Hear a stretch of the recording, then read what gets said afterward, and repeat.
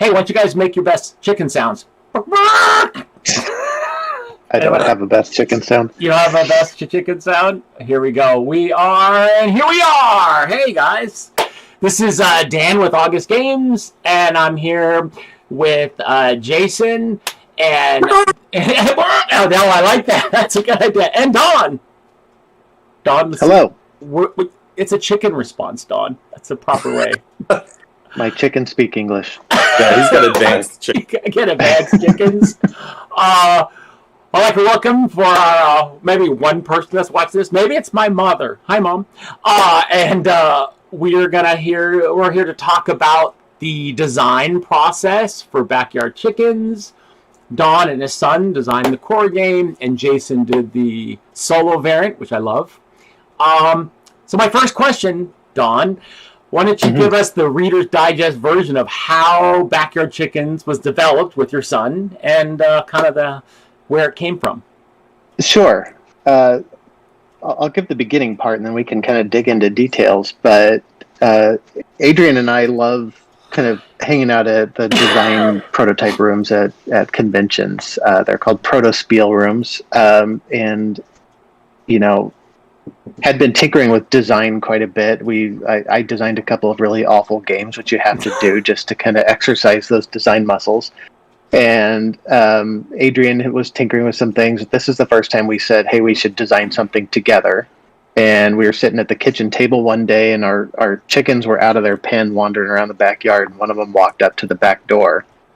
And I looked at her, and I said to Adrian, we should design a game called Backyard Chickens.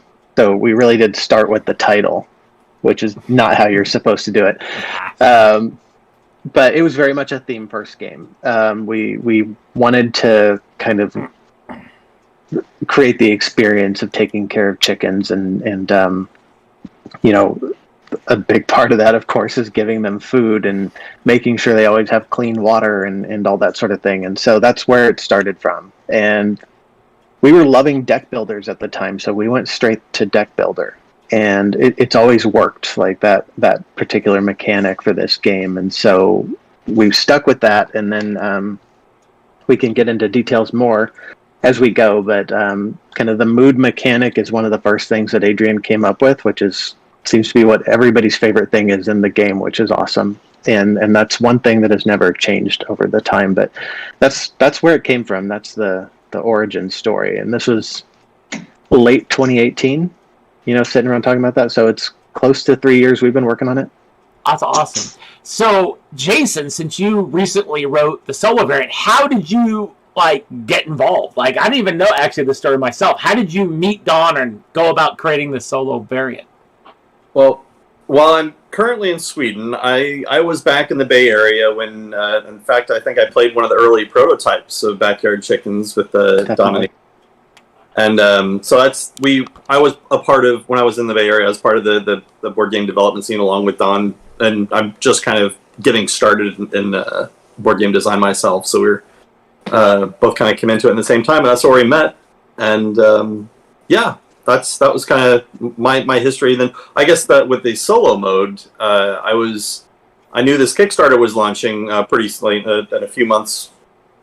So I wanted to introduce some of my other friends to it. Say, hey, I know they're into another kind of not quite deck builder, tableau builder. Another game you may have heard of called I think Wingspan. And so hey, there's another bird game you might be interested in. And so I taught him, and it was a hit with them as well. And but as I was teaching him, I kind of had this idea, hey, I could see a way that to make a solo mode out of this. So I quickly put something together. And off to Don. Yeah.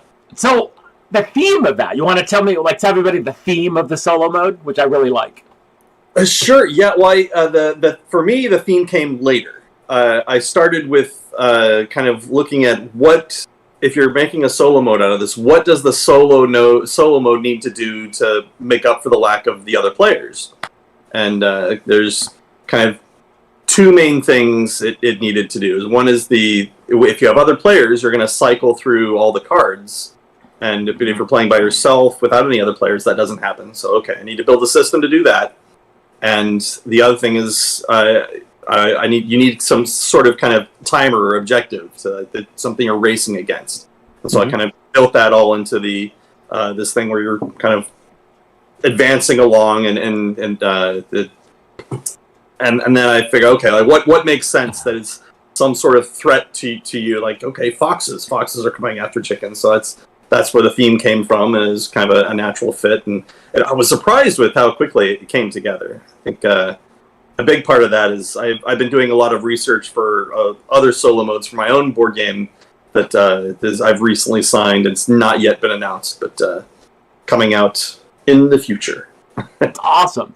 So, Don, there's a similar question. When you went about with theme first, as you mentioned earlier, like chicken, so how did you marry the mechanics to the theme, which is something that I always find very interesting? Like, what things did you guys decide? I know you mentioned you have this thing about deck builder, you have chickens. How did you bridge those together? Yeah, so one thing you have to have with the deck builder is how are you going to buy new cards, right? And, we started with, how do we put money into this game, right? Because that's always the obvious go-to, in Dominion, there are cards that are money. In other games, you get money and collect it and then spend it. But it never made much sense. We toyed around with the idea, like, do the chickens lay eggs, and then you sell the eggs and you get money and then use the money to get cards. And pretty quickly we got to, well, why don't we just make it a barter system? The eggs are the currency in the game. And that, I think, is one of the things that quickly got us to the mood mechanic, or got Adrian to the mood mechanic. He gets all the credit for that. It's just like, you want a way to upgrade your chickens so that they will lay more eggs so that you can buy better stuff. And so that's kind of what created the rhythm of the game is, you want to make your chickens happier. And so then how do we make them happy? Like, we're already saying you have to keep them fed to keep them from being sad. But chickens love treats, and that's a real thing, and it's one of the more fun things about keeping chickens is giving them treats because they go nuts. And so that's really how we got to that part. And so it all kind of came together. What are you going to want to buy in the deck? And so it's better food so that you can feed more chickens, right? And it's better water so that you don't need as many cards to get them watered, and then treats. And so those all came in. And then, you start adding in other things like little special trick cards that you can do. I don't think we actually have a name for the cards that are like special actions, but, special action cards. Chicken tricks. Like the hired help. Yeah. But like, the hired help card and the rooster card and all these things that let you do something special when they come up. And, it all kind of naturally came together in the deck builder kind of genre. So there's one question I have, which is one of my favorite things about the game, which nobody ever talks about, is the water storage mechanic. How I feel like, and you could talk about how that water and food are both important. The water I think has a softer negative impact in the game. You just produce less. But the fact you can store water cards and self-cull your deck, how did that come about? Because that's something that I really love. That's a really good question. I think Adrian came up with that too. Where's Adrian? Is Adrian still sleeping, huh? Still sleeping, I think, this morning. But yeah, it's just kind of something we played with. It was an experiment that really worked. One of the things we've always tried to do from the beginning is keep the effect of the water separate from the effect of the food. Like, they're both necessary every round for your chickens, but we didn't want to say, you have to feed and water them or else they become sad, because it's too much. And I think we did do that in the very beginning, and it wasn't fun. It was just tense, and you could never win. So we always wanted water to behave a little differently. And so I think at one point Adrian said, what if you could store your water? What if we gave people like a little storage thing? And didn't quite know what that was going to do. We just tried it. And it turned into kind of accidentally fell into this natural culling mechanism, where you're setting cards aside and then you have a thinner deck, which is always great in a deck builder. And it's just became a fun element, but it's really just one of those things. It's like, what if we tried this? And then it worked. Yeah, I love that it thematically fits so well, too. Of course you can store water. Yeah, and it's easy to teach that part because people say, well, what about food? And it's like, no, food spoils. Yeah. Right. You can store mice. water. You got mice. Yeah, exactly. You track boxes. Yeah. So since we're talking about theme, what am I? Since theme or thinker, I know Dawn is one of your favorite kind of YouTube channels, and mine as well. Mhm. I'll ask the question I ask to all game designers. Jason, are you so as far as playing a game, are you a thinker or a themer player? And then are you a thinker or themer designer, or is it the same? It depends. I mean, there are some games that I really love the theme of, like Nemesis, that it really does a fantastic job of capturing that feeling like you're in the movie Aliens. But I also there's other games that I love, like Tigris and Euphrates, which I don't even bother teaching the theme of that. These are red points, these are blue points, and yeah, I couldn't tell you. I think one is a farmer, and I don't know. I just. Is that like 2008, 2006 maybe? It's an old game. Yeah, that's like a really Euro game. Anyway, yeah. I love them both. Different moods, or maybe sometimes different players that I think that they'll enjoy this game more, and they'll choose a game for the right audience. But that's as a player coming at it from a design perspective. I think, again, it's a mix, but I probably lean more towards mechanics than theme. And but I definitely try and keep theme in the back of my mind, because that can inspire mechanics and help you figure out what are the right mechanics for this game. And yeah. Yeah, that's an awesome answer. I tend to be like you. I am a very heavy theme gamer, but I do kind of try to do balance between the mechanics for design. Dawn, same question to you. Player and as a designer. As a player, I'm kind of all over the place. I really love a good thematic game. A game like Clank is super fun. I mean, great mechanisms in that game, but it's thematic. You're diving into a dungeon, and it's wacky fun, and it's one of the few games where we read all the flavor text in my house. So I mean, that's great, but I love a great game like Castles of Burgundy, where you really don't feel the theme. You're just building stuff and set collecting and things like that. So I'm kind of back and forth. I'd probably lean more themer, and that's something that surprised me about myself. From watching the Thinker Themer YouTube channel, where they really talk about every game in this way, I've started realizing I'm more of a themer. And I think a couple of years ago, I would have told you I was 90% thinker, but I just never really thought about it. Design-wise, it's been theme first. I don't have dozens of design ideas that I've worked through, but it's always been like every idea has been theme first. And like I said, I've made a couple of really awful games early on just to kind of learn kind of the process, but they all started with theme. Those first couple of games were all about making a movie. And, I was trying to get the feeling of that and go through the process of making a movie and all that. And, I've got another one that I'm trying to come up with that's all about the theme. And that's kind of where I'm stuck, because I can't quite find the right set of mechanisms to convey that theme. So that leads to something that I like to talk about, which I feel like I learn more from my failures than successes. I mean, as Don, I come up with a new idea every freaking week, right? I have a lot of quantity, right? And then I have a lot of failures. I have 10 failures to every success, and I set those failures aside. And this is the question for both of you. I'll ask you first, Don. What's a lesson you feel you've learned from quote-unquote failure? I don't like that term failure. It's just, a game that didn't work. What did you learn from those early failures that helped you develop Backyard Chickens? I think getting it to the table, getting it in front of people, that's the big thing. And I think a lot of designers will tell you that is you have to get a game to the prototype stage and put it in front of people, or even just put it in front of yourself. But having something physical that you can put in front of people and try it is critical. It tells you whether it works really quickly. Whereas you can noodle on it for months and never really know if it's going to work or not. So that's the biggest lesson, and that's where the biggest breakthroughs came with Backyard Chickens. Just putting it in front of people, watching them struggle with things that weren't working, and then talk to them about how it felt, and then go away and try to figure out how to close that gap. How about break you? through that wall. How about you, Jason? You have any any big? What's the biggest lesson and the most interesting failure you've had?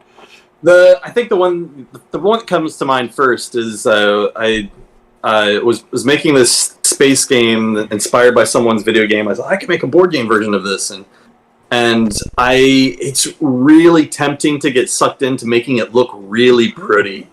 And I had made these, went to Michael's and bought all these little wooden dowels and little planets on sticks, and you don't need any of that to play test it. And what that does do, though, is it slows down your iteration time. And iteration time is key to making quality. The more you can iterate, the better your game is going to be.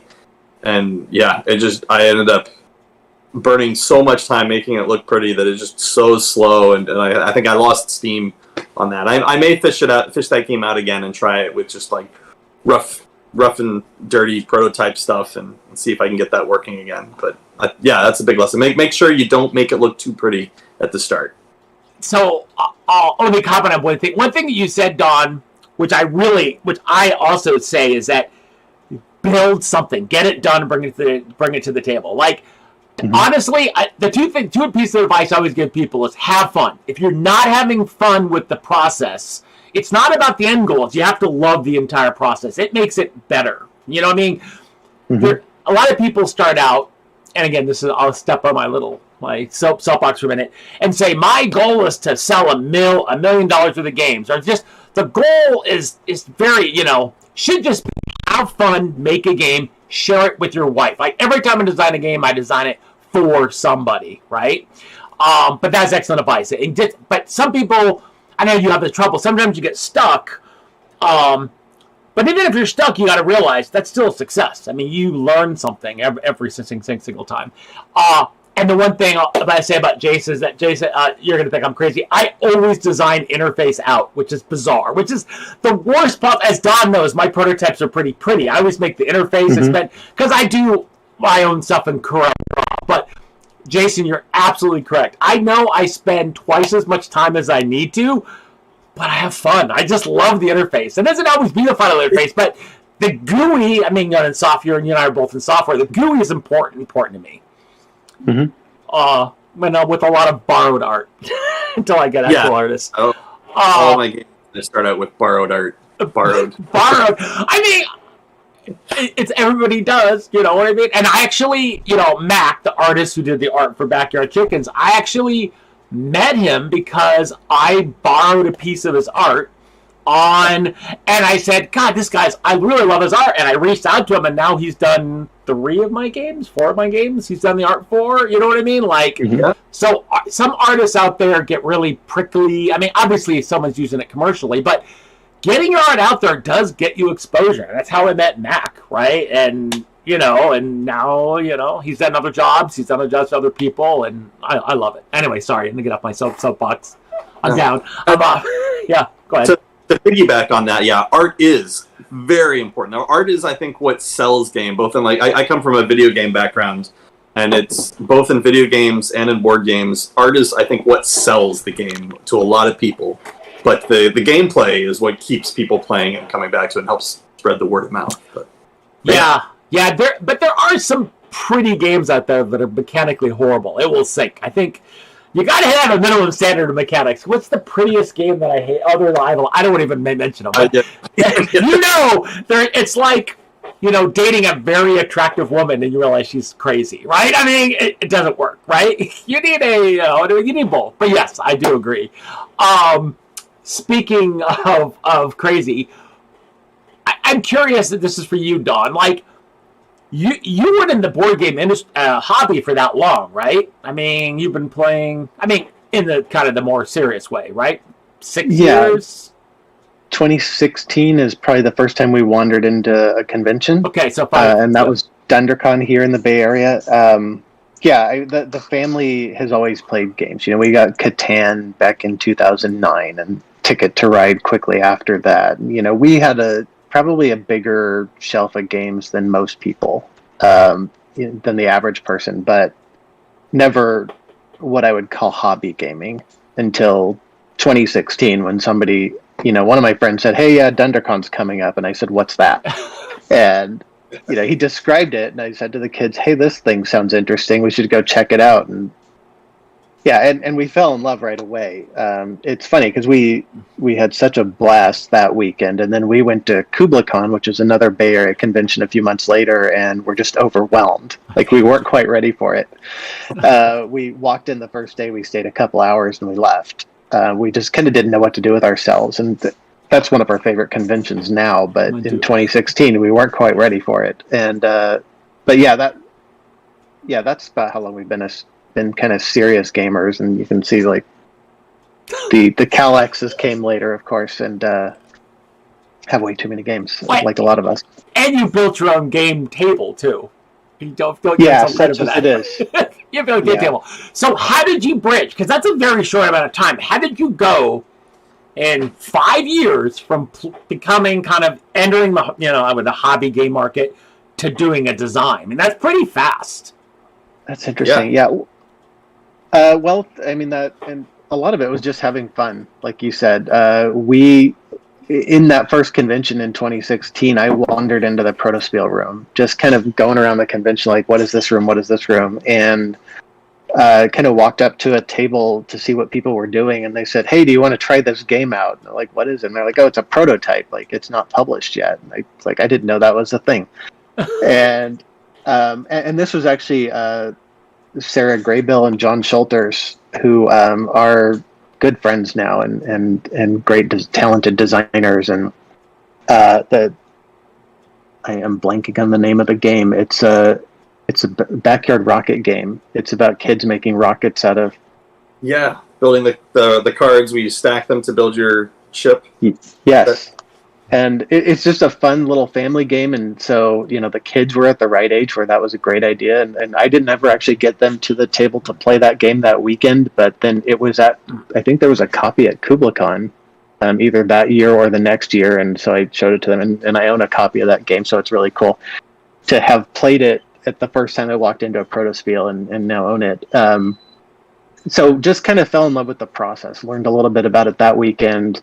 Came back and started going to the playtest meetups that happen in between conventions here in the Bay Area and getting to know designers, and just really enjoyed the process. And Adrian is one of the best playtesters I've seen. He will get a game really quickly, and he will give really comprehensive feedback. And you can see it in the designer's eyes, like, oh, this is good, this is helpful, and they're taking notes and scribbling, and so that's a big part of it. Like, just the fact that he enjoyed it so much and I enjoyed it so much, it was something we could do together, and I said this in the designer diary, but like, you can only hear, "Hey, what did you bring?" so many times before you're like, I better try something. So that's kind of how we got to the design part, and that was probably the next year, 2017, started designing awful games, and then 2018 was like when the first kind of prototype for Backyard Chickens came together. And I think the first time we put it out publicly, like at a Protospiel at a convention, was DunderCon in 2019. So February 2019 was the first time. So it was really just the enjoyment of the process and the environment of it all, and making good friends like Jason and other folks who are at all these Protospiels. I think I met you at DunderCon, I don't know the year, to play my prototype, right, of Dragon. It was that first one, yeah. You grabbed me as I was walking down the hall. You were looking said, "Hey, you want to try this game?" You were like looking around, like, I'm like, "Oh, I said, that guy's tall. He looks smart. Come on over, play a game." Yeah, that was DunderCon. I try to remember the year. It's been a long time ago. Yeah, it was 2016, because that was that was an interesting experience. It was the first time I'd ever heard the term engine building. Oh, did I use that term? I was sitting there playing the game, and you were kind of going around cheering everybody on as they were playing, and making sure you were answering questions. And you came and looked at mine, and you said, "Look at that great engine you're building." And I'm like, "I don't know what that means." I think you played well, though. Yeah, I think I did. I think it went pretty well. I love that game. Dragon Bro is a fantastic game. Thanks. So, Jason, for you, so you are in the video game industry. how does that tie into your desire to do a board game? Did you do video games first and then board games? You always play board games, get into video games? How did that work? So, trying to figure out, I think I probably started out playing board games. I've been playing board games for a long time. But the board game renaissance that came out, that kind of reinvigorated my interest in games. But yeah, I used to play chess competitively. Oh, wow. I traveled all around the States, various different tournaments. I remember I went to this summer camp that I called like nerd camp, where you you basically take classes, and one of them was a board game design class. Oh. And so I'd meet some there, like I think I made a chess variant. And there were some other games that, but I'm trying out other people's. This is like when I'm 12 or 13. Oh. And none of those games are really good. But we had like a few weeks to come up with them, and I've never done anything like that before. But I think what got me interested in modern board games was after I'd gotten my first job as a game developer. One of the programmers, he was really into the hobby, and he introduced me to games like Settlers of Catan, the gateway game for so many people, and Carcassonne, and Acquire. Yeah, I love Acquire. And I was like, I just wanted more. Teach me more of these games, and I think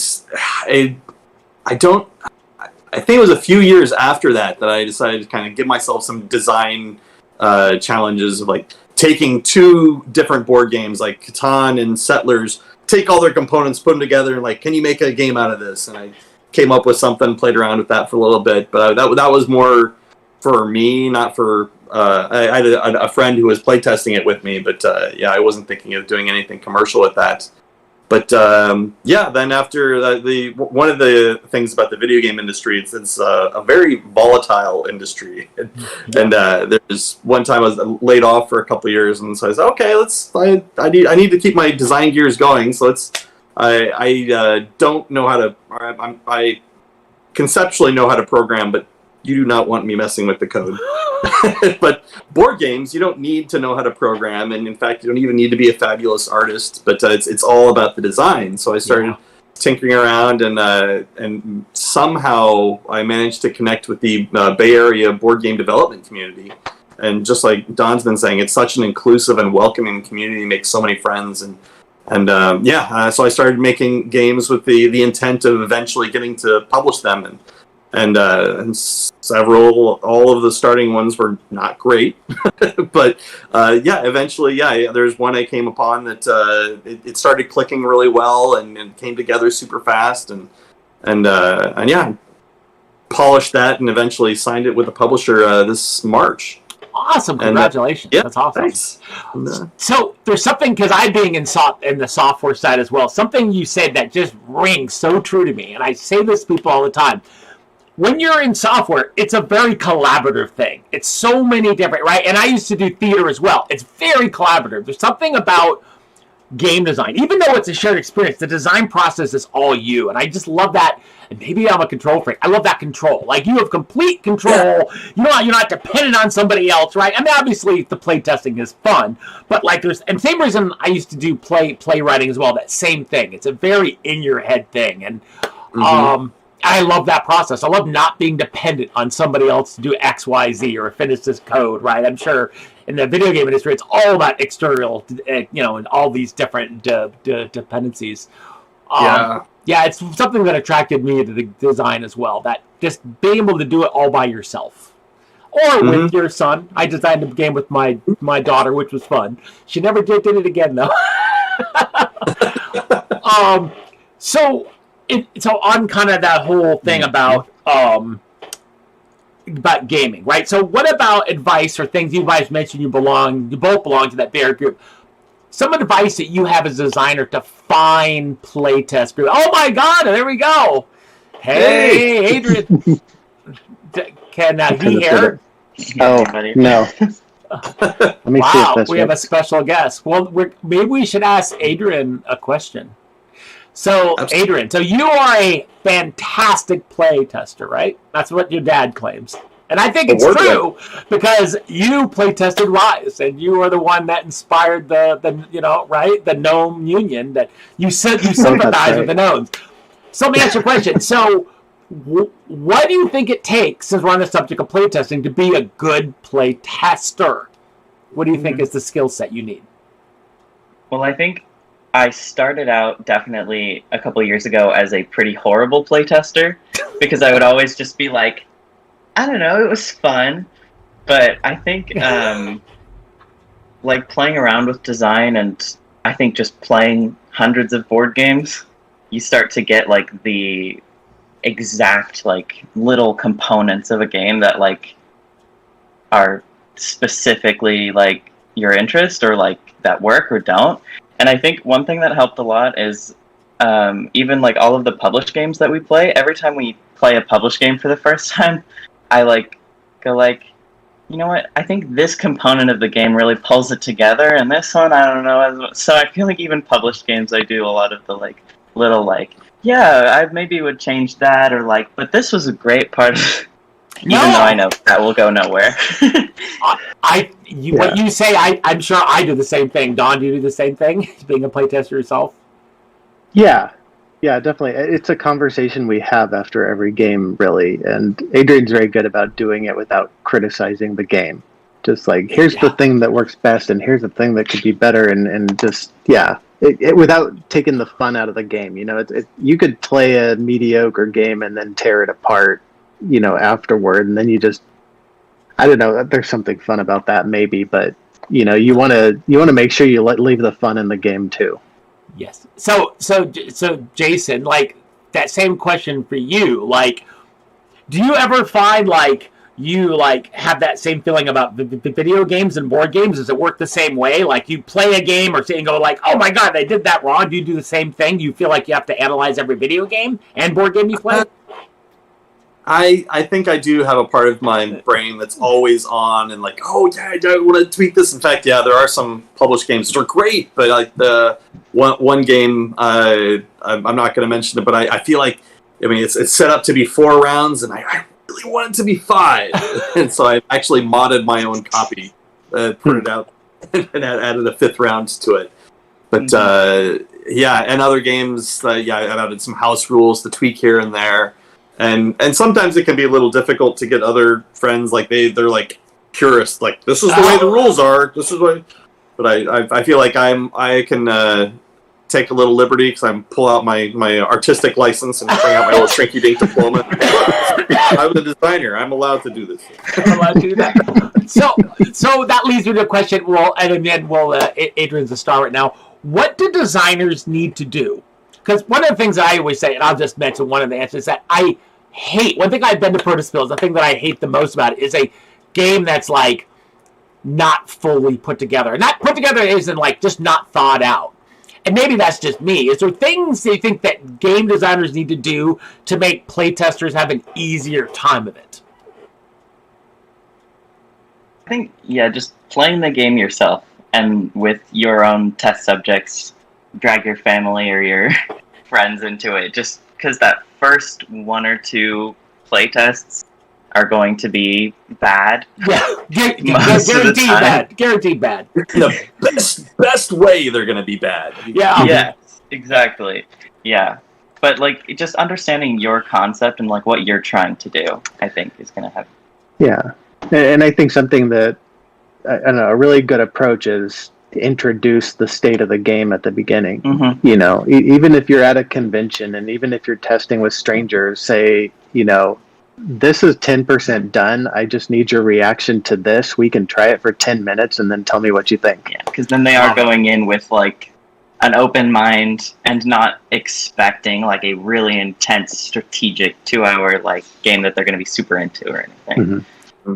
Jason, do you have anything from your side, advice for you think that you would give designers that want to approach a playtest group? Coming back to that art thing, one of the other dangers of making your art too beautiful at the outset, which kind of ties into this, is that if it looks too pretty, people are going to be less inclined to want to give you feedback. They're going to say, oh, this game's almost done. I guess it's just not for me. And they'll kind of hold back their honest criticism. where if you've got like I don't know about hand drawn, but yeah, just like the something that's clearly placeholder that it kind of invites people to be able to say, like, you know what, you could do this a little bit better. It's like, this part wasn't really working for me, and but yeah, and also as a designer, soak all of that feedback in. You do not have to take it all. In fact, don't. But this is something I think I need to probably definitely could continually improve upon about not trying to justify the way, like, I'll get some feedback and I know that I thought about that and this is the reason why I did this. I need to be better about not saying that when they give me that feedback. Like that's very good. That is a huge, because I used to be a lot worse about that a long time ago. Like, and I get that feeling because you're like, I spent a year on this and you spent 10 minutes, right? But I will be honest with you, my wife is amazing at this as well. Like, you can spend a year in something, and her 10-minute comment has more validity than your year. It's just like because she's looking at it from a fresh view.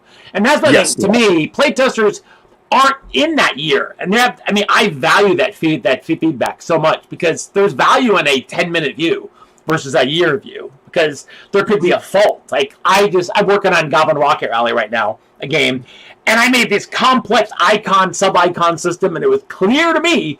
It was great. And then I playtest it, with my wife. She's my favorite playtester, and she's just puzzled by it. I'm like, I immediately know after 5 minutes, I'm like, oh, I screwed that up. I screwed it all up. So I spent the last 3 days redoing all the things. So, your comment about putting your ego aside is important, I think. Yeah, that's for definitely anything. something. Yeah, that's definitely something I've had to learn. Yeah. Is, take notes, say thank you, answer questions, all of that. But yeah, don't let your ego come in. Don't try to justify the design to the feedback. I had a playtester tell me pretty early on, and this is something that didn't change in the game ultimately, but he said, I don't like it when the chickens run away.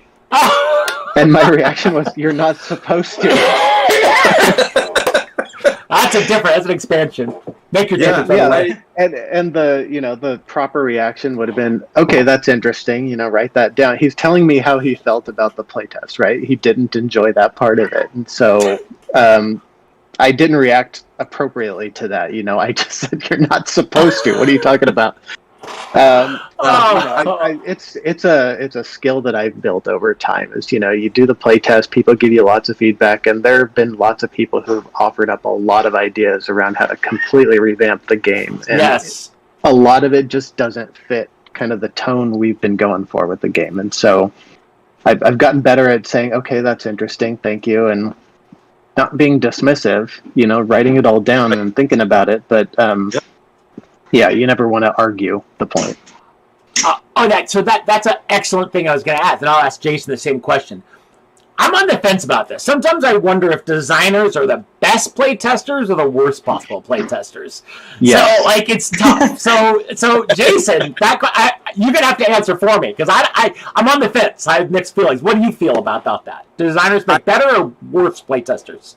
They're different. You get different sort of feedback from designers than you do from your casual players, and they're both valuable. The feedback you'll get from designers can give you some interesting insights and directions to take, and be super detailed. But there are just not that many designers to buy the copy of the game. Are you making exactly for the market? And someone who comes on and the feedback they may give you may not be immediately apparent, sending you in one direction. Like, okay, this is a fix for the problem that they've identified. It may be, So they feel a certain way about a certain part of the game. And it's up to the designer to say, okay, I've heard lots of people complain about how this makes them feel uneasy. Maybe there's nothing wrong with that mechanic exactly, but if I did this other thing, that would make that more justified. And it's the up to the designer to figure out how you act on it. Yeah. What? Ultimately, playtesting with players is more, does this work? And then playtesting with designers is, how can I fix it? What are the exact things that are making this break? because designers do give a lot more specific feedback. And designers will try to break your game. Oh yeah, I love that. Which is I super love that. valuable. You know, I love that. They'll try to find the things that don't work, or they will come to it as like, what are you trying to learn from this playtest? Whereas, like, you know, if you playtest with the public, non-designers will say, they're going to come to it as, is this a fun game? You know, let me tell you how it made me feel. Designers are going to say, are going to dig into the specific mechanisms, or designers are going to come and say, what are you trying to test today? And you can say, I'm trying to figure out if water storage works. And they'll be like, okay, I'm going to try to push that mechanism, or I'm going to try to just not use it and see if I can still do okay, and that sort of thing. So, you know, I've gone to, you know, Protospiels and put Backyard Chickens on the table, and people say, how many does it play at? And I say, oh, it can go up to 5. And then another designer will be like, yeah, but what number are you trying to test today? And that was a great lesson, you know, like think about what are you trying to learn from this, and just, you know, I love that part of working with designers, but you definitely have to get it in front of non-designers at least as much and see how everybody's going to react to the game as much as the technicians will. So my feelings have been justified. It's both, right? Because I'm the same way. Like, they're plus and minuses. I tend to, fun is my number one measure for my game. I think it's my number one measure. Because I do feel like that there are lots of games that I know that are not great designs that I just love. I don't know why. Like, there are certain games like Warriors. It's not a great design, but I always enjoy playing that. It's a silly dice rolling, right? That bag building. So to go back to the lessons about the playtesting process itself, do you feel it's important to have, at what point in the process do you feel it's important to have your rules written down on paper? This is always a hard one for me. We'll ask Adrian that question first. Like, how far through that design do you write the rule book? Because I hate writing rule books. It's like torture for me. What do you think? I don't think I wrote any. Oh, okay. I think I did write our first draft of the rule book for Backyard Chickens. And it was very bare bones. And I think the reason that I wrote it is because at that time we were having so many rules change. Yes. And so sometimes we would go a month without playing the game and then come back and be like, I don't know which rules we like. Which ones did we decide on? So I think at that point it's important to at least start making notes when you like switch rules around. Just to be like, okay, this is the one that didn't work. Try this now. Don, do you have an opinion? Or Jason? Or? I agree with that. Like, I think it's really important to keeping track of where you were on the rules. I don't think it's important for putting a rule book in front of somebody. Yeah. You know, until you're fairly polished and ready to blind playtest a game where you put it in front of somebody and say, here, read this rule book and play the game, and I'm not going to say anything. And just watch you try to play it. But that's very late in the process, right? Yes. I think the importance of rules is to keep track, and whether that's a good notebook for yourself or an actual rule book that you write. I think player aids are much more important early on. Yeah. I think they're critical to the final product, but they're super helpful in playtesting. Yes. You know, even those early prototypes, you can be like, here, I've written the steps down for you. I'm going to explain it to you, but this will be a reminder as you go. And I think that's super important early on. Jason, do you have anything to... Yeah, I have a little bit different approach, which and talking with a lot of designers, it sounds like it might be a uniquely me thing.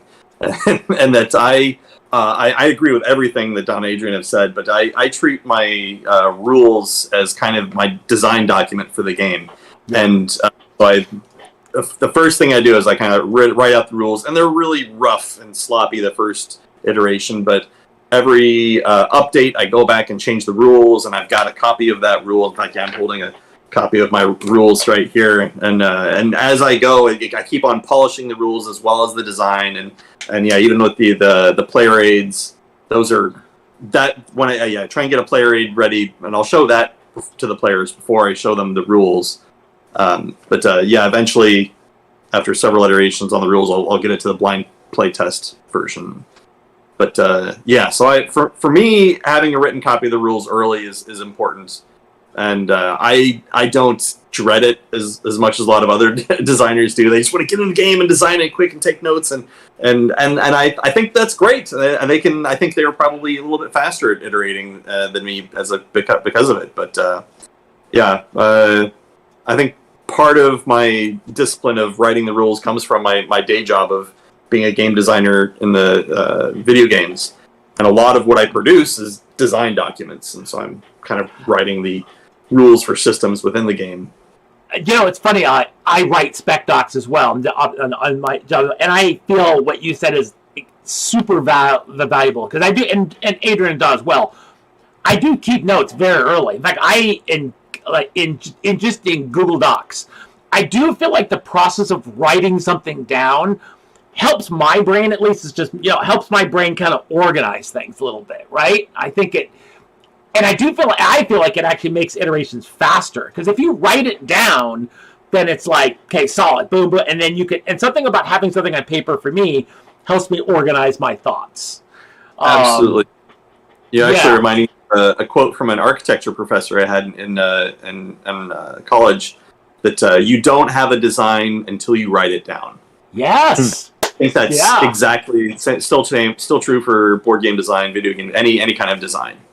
I would say anything. Yeah, it's really, really important. So, because there's something about, when I say write the rule book, it's like, it's the flavor text doing the biggest problem for me. And so let's go back to the rule book. So at what point, we'll start with you, Jason, do you feel like when you did, when we do blind play testing, when you're going to ship your game to somebody, because one of the things somebody once told me was, you don't come in the box. I don't know where I heard that. Online somewhere. You don't come in the box. So you can't explain the game. So it's really important. And I used to do this at conventions where I don't tell people I made the game. I used to play test and watch them but not say a word. You know what I mean? So at what point do you feel like, when you're ready to blind play test? Which is giving the game to somebody, you don't tell them anything, and you either watch or listen to their feedback. Is that directed at me? Yeah. Yeah. When the changes you're making are getting so small that you feel like that any changes you make would just make the game different and not better, I think that's about when you're confident that you're not going to be making major revisions to the rules. I think that's about the right time to send playtesting, and that's, I think, very late in the process. If you were self-publishing, I think that's a question that I think there's an interesting point of when you start introducing the art. And I don't. That's a good question. I'm not sure about that. If you would want to do the art before you do the blind play testing or not. My gut would tell me no. Don't start spending money on the art until you're done with the blind play testing. But maybe not. Maybe it's safe enough to start doing some of the art early. I'm foolish. I love art. I just have Mac. Here you go. Here's the money. Do that. In fact, oftentimes the art may manipulate the flavor in the game a little bit. Sure.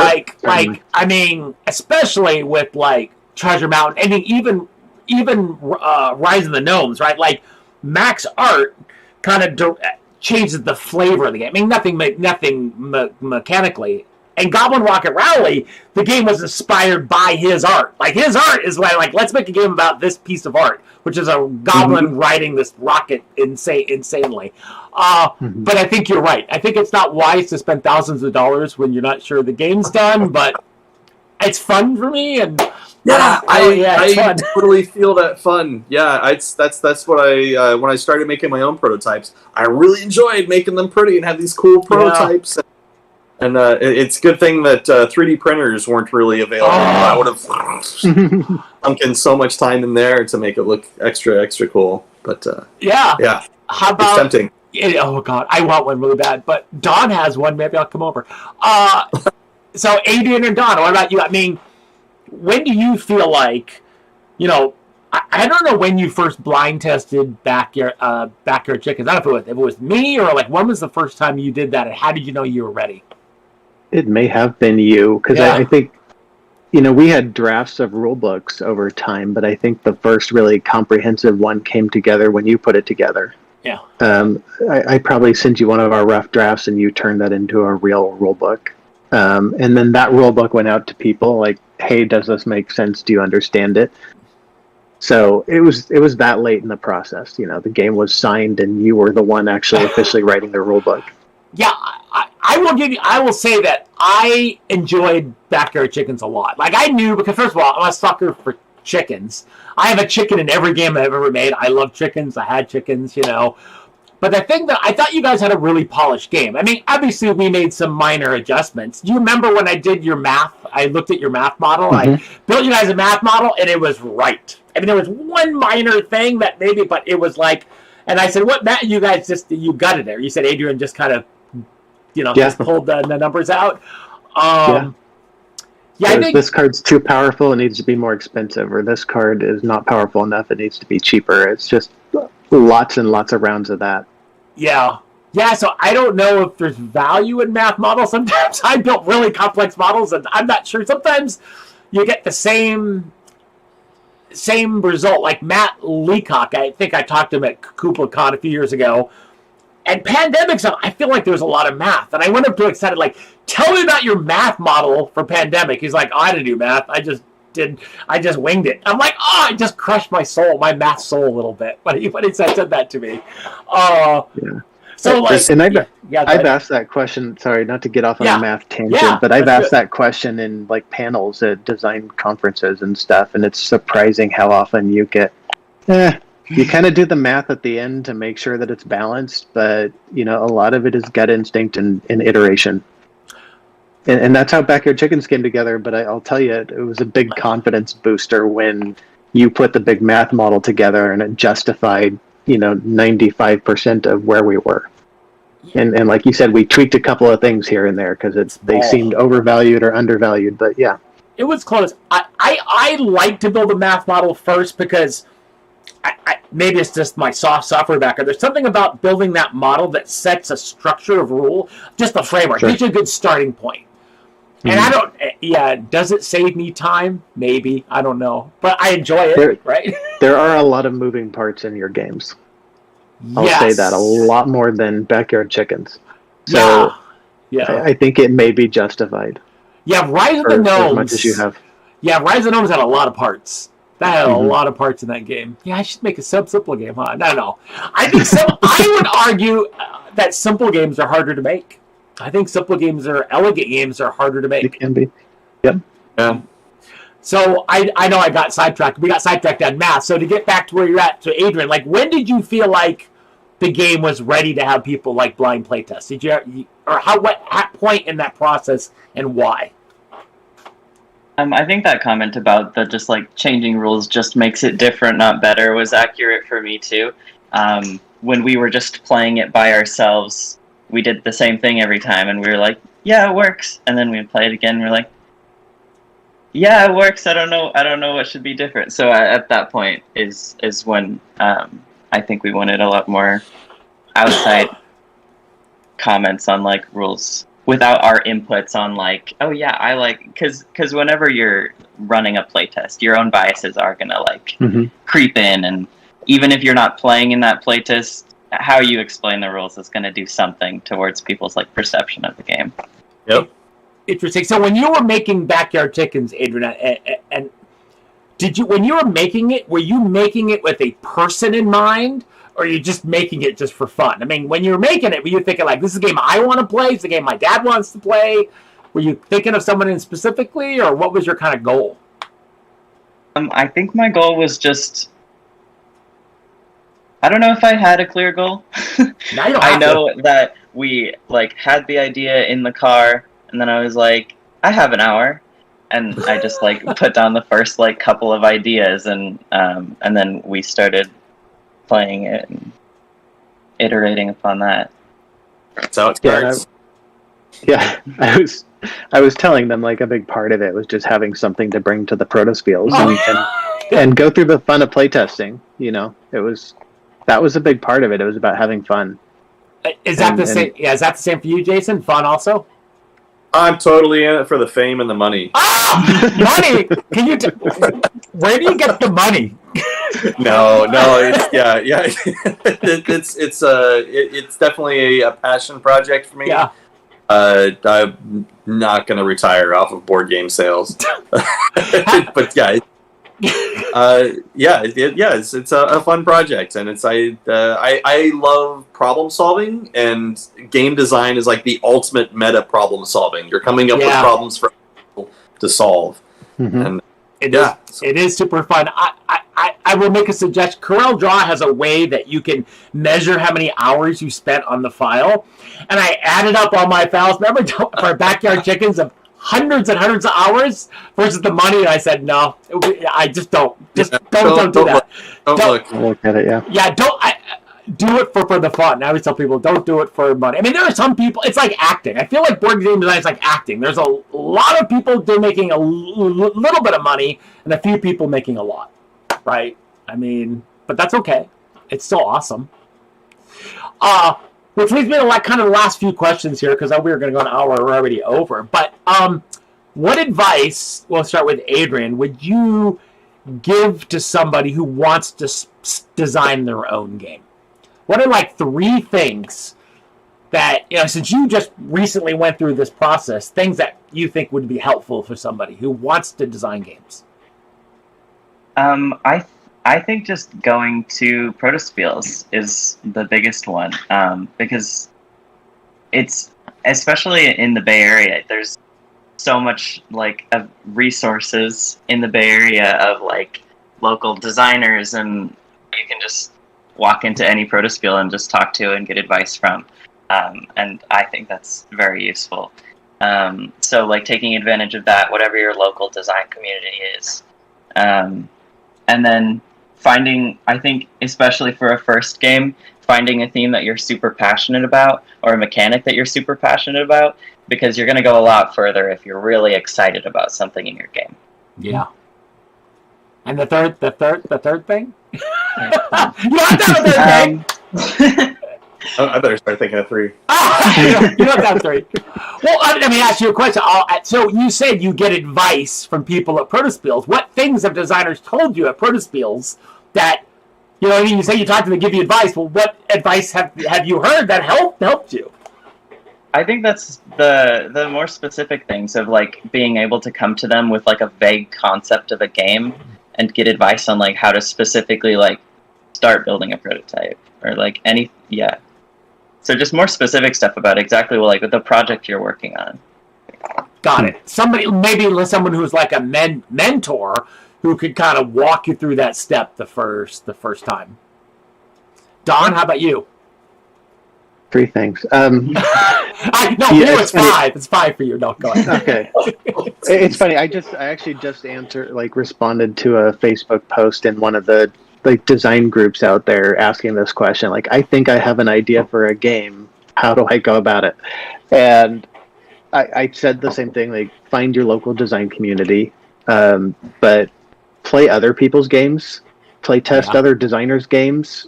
See what that play test and design process is like. What that kind of feedback process is like, because that's going to teach you to think about your game critically. And it's also going to make you part of that community so that you're going to get that kind of feedback. And so then, and again, like I said earlier, get a physical prototype on the table, no matter what stage it's in, and get people to react to it.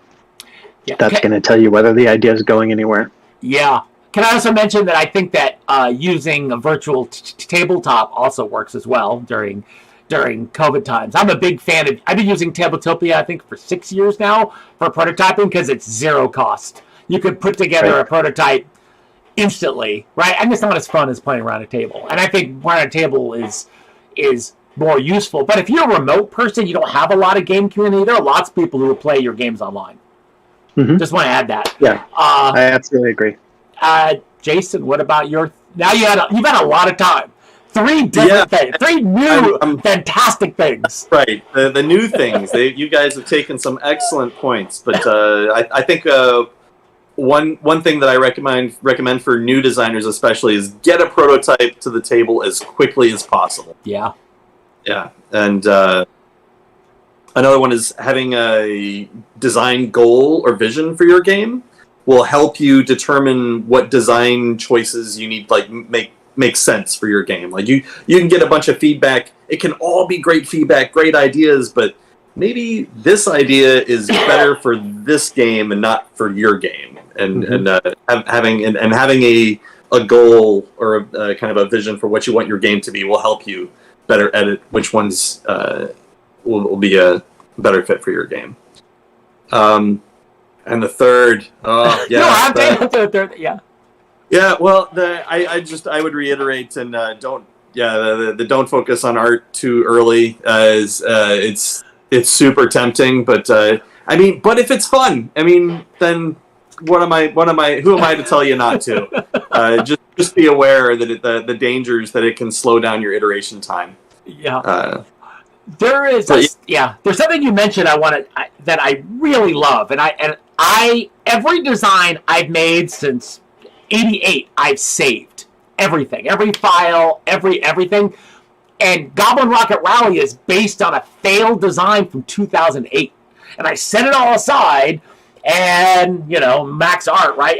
There is value in saving everything you do, even your feedback. Their feedback, I took notes and I saved, and I went back years later. Rise of the Gnomes, Don, that's another game that was a failure. It used to be called George Kingdom. I made a long time ago. It was horrible. I went back to visit it, and I was able to see the nuggets of goodness. So when you mentioned collecting feedback, there's something in value about, I think, of having these arrows that you're putting in your quiver. Even though you're not going to use them right now, later down the line, there is value to that. Can I add one more thing that I always tell people is that don't worry about if your game is not better than X, right? People always say, I can't make a game that's better than Dominion. Who cares? Just make a game. Get it out there. Because I think that insecurity affects everybody, and people want to. I used to have a band in high school, and our motto was, "Don't let your lack of talent, prevent you from enjoying the joy, engaging in the joys of creativity." Right? There's something about people, and I think as adults, kids don't have as much as that. We forget to take risks and have fun because we're not good, right? Like when I did adult soccer in my mid-40s, I realized, that was probably a bad example. But anyway, there's certain things you shouldn't do. But I was horrible. I never played soccer as a kid. I played it, and I realized, but I still had fun, right? So anyway, that's my one thing I want to add. I think, Al, your points are fantastic. So one last kind of thing, because we're getting to the end, but I am very curious about, and we'll start with you, Jason, since, going first might be better. What is an example, because all you guys have mentioned playing other people's games, which I think is really important. I probably don't play enough other games. Don, that's the thing I love about you. You always play so many new games, and I just have such a limited amount of time. What, for you, is an example of a game that is a theme that inspires you, that you love, and mechanically? And it might be the same game. I know it's hard to mention your favorite game that's like your favorite child, but an example that you highly admire for both. There's Endeavor is a game that's the mechanics and theme for that game. They mesh so well. Love it. Game. One of the exploits, which I just love, that it's simulating the economy boom where. Everybody's kind of, if you get in early, it helps you out. But up until a point, like if someone finishes this track, everybody who's invested in it, just all of their investment is worthless. Yeah. But done so simply, and it captures that essence and feel, and it's thematic to that moment in history. I think that's talking about a marriage of theme and mechanics working well. That's what that comes to mind. Dude, I love that game. My wife doesn't like it, so I don't play as much. I love that game. Adrian, you. Oh, you know what? You can don't turn it around. No, you can turn it around. He's looking at the shelf. I know. He's gonna point. This one.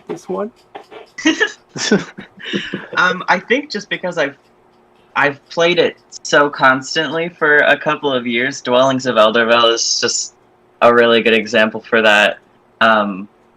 because we played that so many times, Mhm. and just the feeling that you get while playing that game is like the same every time, of like being so excited about all of the stuff that you're creating. That's And then all awesome. of the combat, like some people don't like the combat because it's too random or whatever, but I think the feeling of the combat really like fits the like rest of the like theme and the vibe of like what's happening around you. Absolutely. And every combat ends with cheering and Yeah. moaning. And that's what you want.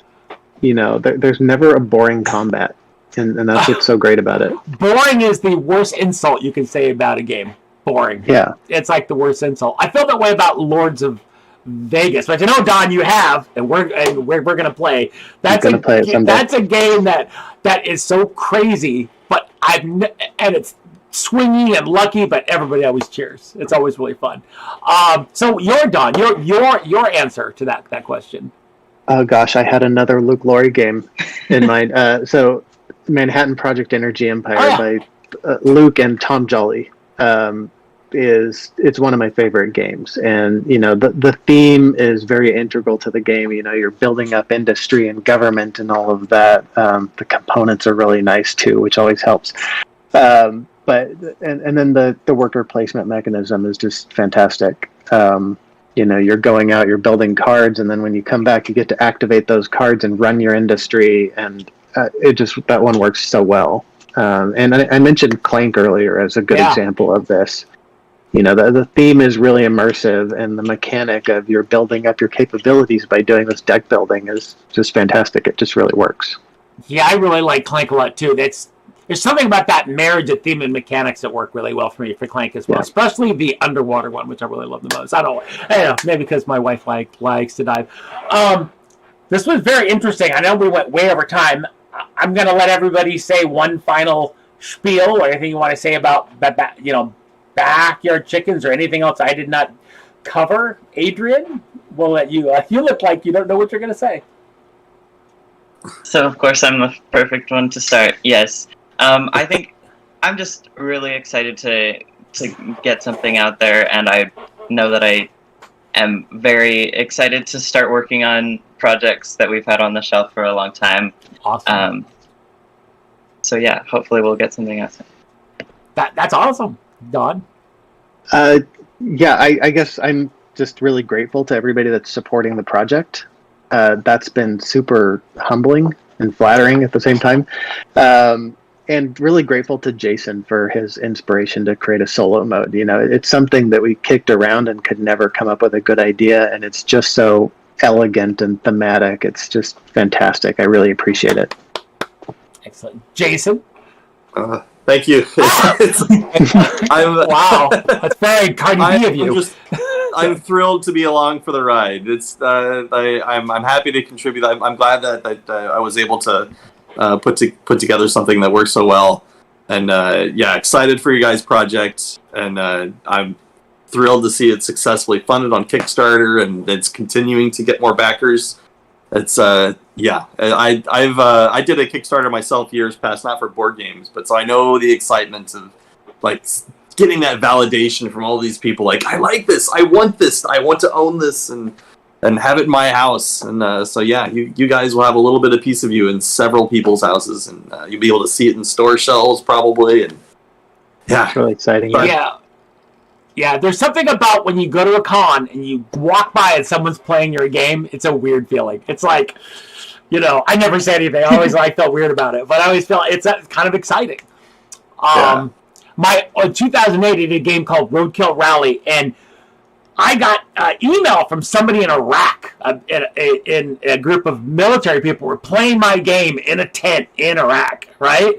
I don't know, and to me, that was the best thing ever. I mean, that was like my most positive experience, as far as like in Iraq, my game, they're killing pedestrians with cards on a board in a little game. You know what I mean? It thrilled me.